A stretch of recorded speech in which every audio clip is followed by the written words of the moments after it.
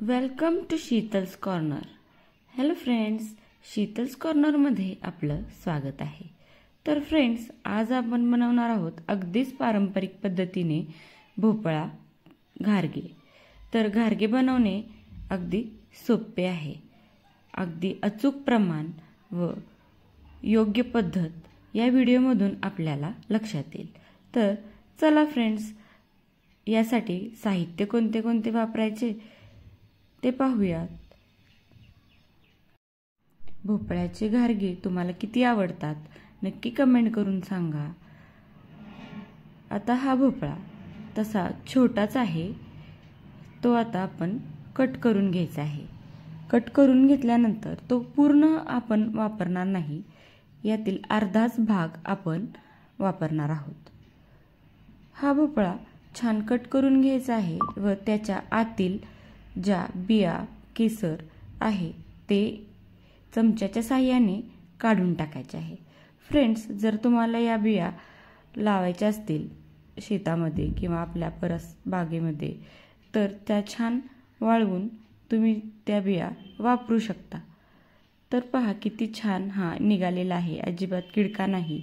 खूप चांगल्या पद्धतीने हा भोपळा दिसत आहे.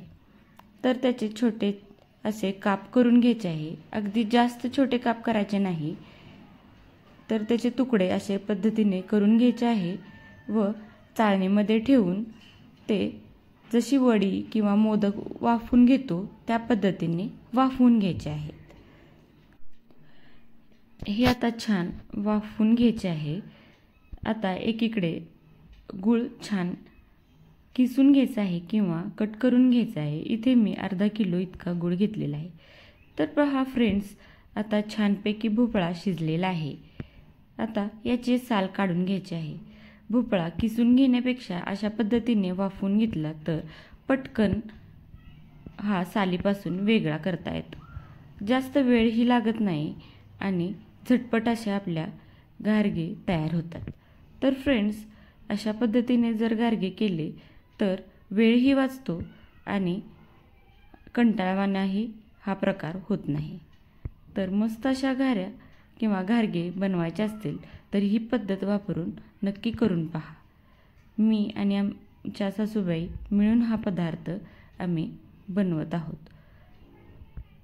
तशा आमच्या सासूबाई खूप सपोर्टिव्ह आहेत.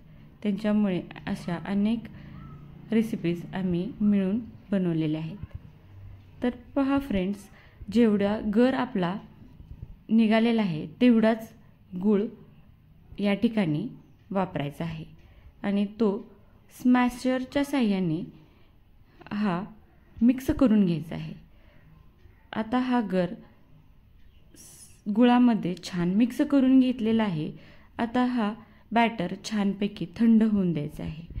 थंड झाल्यानंतरच मग गव्हाचे पीठ यामध्ये वापरायचे आहे. गरम बॅटरमध्ये गव्हाचे पीठ वापरायचे नाही, नाहीतर आपले घारगे छान होणार नाहीत. या ठिकाणी तुम्ही रताळ्याचाही असाच वापर करून घारगे बनवू शकतात. अशाच पद्धतीने तुम्ही बटाट्याचेही घारगे बनवू शकता. गाजराचेही खूप छान लागतात.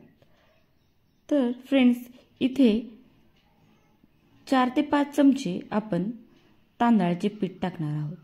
जर आपल्याला क्रिस्पी नको असतील तर तुम्ही स्किप केले तरी चालेल. जर तांदळाचे पीठ टाकले तर घारगे आपले छान खुसखुशीत क्रंची होतात. या ठिकाणी जायफळ आणि वेलची पूड टाकलेली आहे. तुम्हाला हवा तो स्वाद तुम्ही वापरू शकता. इथे सुंठही वापरू शकता. आता तांदळाचे पीठ आणि वेलची पूड आपण छान मिक्स करून घ्यायचे आहे व दुसरीकडे जास्त पीठ चाळून घेऊन ठेवायचे आहे व जेवढे पीठ या बॅटरमध्ये बसेल तितके ॲड करायचे आहे. जास्त आपल्याला पुरीसारखे कठीणही कणिक मळायची नाही किंवा चपातीसारखी जास्त मऊही करायची नाही. अगदी मध्य गाठूनच हे कणिक करायचे आहे. आता आपल्याला लक्षात येत असेल की किती पीठ आपल्याला इथे वापरावे लागणार आहे. तितके आपण चाळून घ्यायचे आहे व यामध्ये वापरायचे आहे. छानपैकी असा गोळा कणकेचा तयार होताना दिसत आहे. जेवढे बॅटर आहे तेवढाच गूळ वापरला तर योग्य पद्धतीने टेस्टही येते, जास्त गोडही होत नाही आणि जास्त सपाकही होत नाही. अगदी योग्य प्रमाण आहे हे. जोपर्यंत हे मळायचं आहे तोपर्यंत असा छान कलर येत नाही.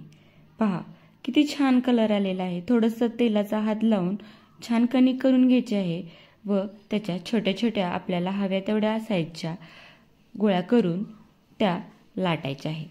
जर तुम्हाला अशा पद्धतीने लाटायचे असेल पिठावर तरी लाटू शकता किंवा तुम्ही पीठ न लावता थोडासा तेलाचा हात घेऊन प्लास्टिकच्या कागदावर पिशवीवर अशा पद्धतीनेही लाटू शकता.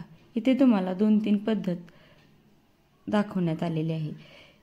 या ठिकाणी प्लास्टिकचा वापर करून जर तुम्ही ही घारगे लाटले तर याला पीठ लागत नाही व अशा पुरी मेकरमधूनही तुम्ही करू शकता. पुरी मेकरमुळे तर खूपच इझी, सोपे, झटपट असे घारगे तयार होतात. तर आता एकीकडे कढईमध्ये तेल तापत ठेवलेले आहे, छान कडलेले आहे. तर एक घारगे तळून पाहायचे आहे. तर आपले घारगे छान फुलताना दिसत आहे. फार छान कलर आलेला आहे याला. आता अशा प्रकारे एक एक करून बाकीचेही घारगे छान तळून घ्यायचे आहेत. फ्रेंड्स, या ठिकाणी अर्धा भोपळा आपण वापरलेला आहे. अर्धा भोपळा व अर्धा किलो गूळ, यापेक्षा जास्त काही बॅटर साहित्य लागत नाही. फ्रेंड्स, तुम्ही चॅनलवर नवीन असाल तर शीतल्स कॉर्नरला सबस्क्राईब करा, म्हणजे नवनवीन रेसिपीचे व्हिडिओ अपलोड केल्यानंतरचे नोटिफिकेशन तुम्हाला येत जाईल. तर फ्रेंड्स, ही आपली साधी सोपी पारंपरिक पद्धतीची घारगेची रेसिपी तयार झालेली आहे. कशी वाटली नक्की कमेंट करून सांगा. आवडली असेल तर लाईक करा, शेअरही करायला विसरू नका. तर फ्रेंड्स, ही घारगे छान मऊ, एकदम खुसखुशीत आणि त्याला पदरही खूप छान सुटलेले आहेत. पहा, एक मोडून दाखवलेली आहे, छान पदर सुटलेले आहेत. तर फ्रेंड्स, आवडली असेल रेसिपी तर नक्की करून पहा. थँक्यू. बाय.